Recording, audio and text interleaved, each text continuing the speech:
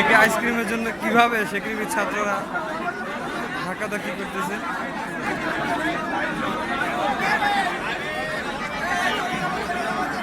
আমরা বলতে পারি এটা আইসক্রিম যুদ্ধ।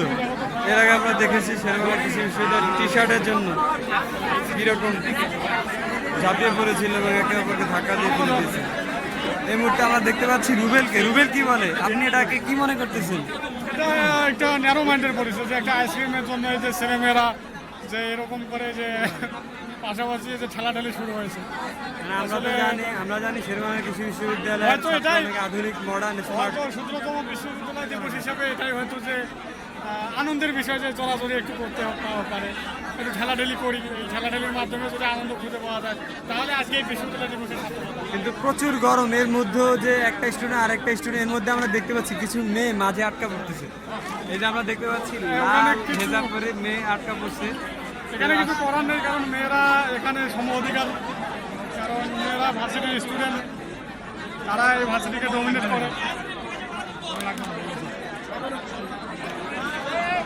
এখন কি করা যেতে পারে আইসক্রিম যুদ্ধকে বন্ধ করার জন্য? আইসক্রিম যুদ্ধকে আমরা করতে আমরা একটা পানির বোতল মেয়েদের ওই জায়গাতে ফেলে দিতে পারি, যারা মেয়েরা একটু খায়।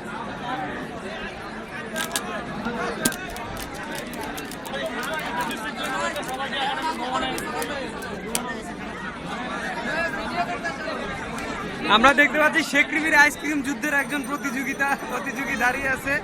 সে আইসক্রিম খাওয়ার জন্য একদম হতাশ হয়ে আছে। সে আইসক্রিম না পেলে নাকি সুইসাইড করবে। আইসক্রিম সে খাবে। সে এখানে গেটের ভিতরে অনেক আছে আইসক্রিম বন্দি, তারা আইসক্রিমের জন্য বন্দি হয়ে আছে, তারা বেশ উশৃঙ্খলা করছে, এই জন্য তারা বন্দি করে রাখছে। তার ভিতরে এখানে আছে বাইজিৎ আর পাশে আনিস, তারা আইসক্রিমের বন্দি।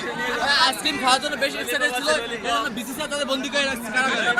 আমরা দেখতে পাচ্ছি আইসক্রিমের জন্য প্রক্টর স্যার কিছু ছাত্রকে বন্ধ করে রাখছে। ভিতরে অনেক আছে বন্দি।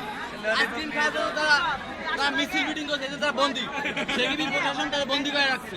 আইসক্রিমের অপব্যবহারের জন্য তাদের অসৎ উপায় অবলম্বন করার জন্য সবাইকে বন্দি করে রাখছে। দেখা যাক এই যুদ্ধ কখন শেষ হয়।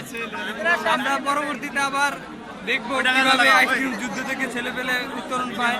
আজকে এক পর্যন্ত।